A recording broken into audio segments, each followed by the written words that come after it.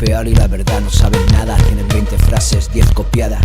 Dicen que tienen flow, no, tienes una hostia en la cara. Me llaman majara por saber estar, porque antes de recibir creo que antes debo de dar. Porque el hombre bueno nunca le teme a la oscuridad. Menos mal que mis padres me supieron educar.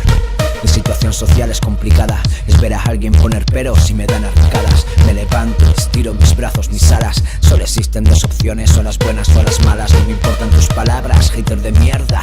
Si casi no distingues la derecha de tu izquierda, es normal, los grillos no te representan. Nuestras influencias, tú quizás ni las comprendas. Vivo en un país de mierda donde comís mierda, oís mierda, veis mierda, solamente habléis mierda.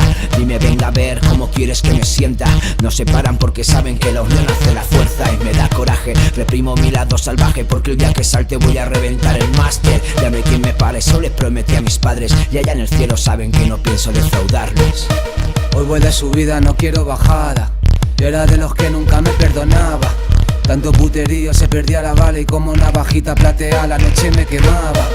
Tú siempre fuiste mi reina, besabas y me besabas, curaba, abrías tus alas igual a cuando llorabas, calaba, sé que por mí no apostaba, tu papá no me aceptaba, dime qué coño pensaba.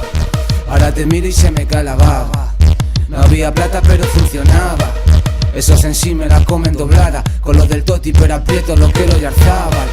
No necesito promo ni tan ganas, yo no quiero fama. No, no mami, no me quedan ganas. Tú pégale fuego a esa queimada bajo luna vieja, pa' espantar las najas que me tiran esas brujas. Se están vendiendo para lamerse las heridas. Eso les pasa por escupir para arriba. Llevo el veneno de la música en mis venas, con lo que quema, por eso pierdo las maneras. Esas marías malas lenguas van tirando al ar. Escucha el corte, esos paquetes me podéis tachar. No tienen nada esos burgueses, ¿dónde coño están? Se han esfumado, no les queda ni para el Instagram.